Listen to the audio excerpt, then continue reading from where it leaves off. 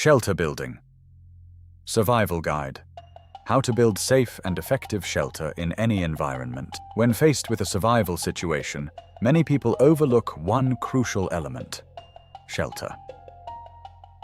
This tutorial is designed to guide you through building a safe and effective shelter in various environments. By the end of this video, you will be equipped to construct a shelter that provides protection against the elements, regardless of the conditions. Start by understanding what your shelter needs to do. Is it retaining warmth or blocking rain? Prioritize based on your environment and the immediate threats you face. Next, choose the right site. Look for natural shelter options and avoid dangerous locations. Observe the environment before starting any construction. Pay attention to wind direction, potential rainfall, and temperature changes throughout the day. Once you've understood your environment, prioritize the biggest threats to your safety. Build to block wind, manage moisture, and insulate from cold ground. Utilize natural shelters whenever feasible. Trees, rocks, and fallen logs can provide valuable protection.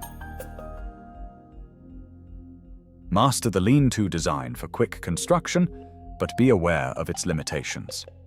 If warmth is your aim in south conditions, consider using a debris hut, which traps body heat inside. Using a tarp can expand your options and create effective shelters while saving time. Ensure it is properly anchored and angled for optimal drainage. Remember to insulate the ground. Cold ground can steal body heat, so use foliage or insulation materials to create a barrier. In cold weather, focus on reducing airspace to retain warmth and avoid unnecessary moisture. In hot conditions, create shade and ensure airflow to cool down. A well-ventilated shelter is key. For wet environments, prioritize drainage and waterproofing to keep your shelter dry. If building a snow shelter, ensure it is appropriately structured to avoid collapse, utilizing the insulating properties of snow. In forest environments, gather materials ahead of time, but be mindful of underestimating the time and energy required to build. Desert shelters should focus on shade and timing to keep temperatures manageable during the day and protect against nighttime cold. For jungle survival, prioritize elevation and airflow to stay dry and avoid insects.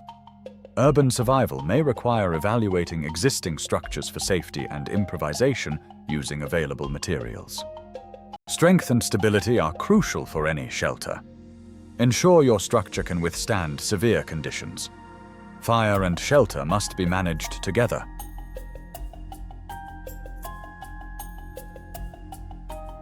Use fire to support your shelter while considering safety to prevent hazards.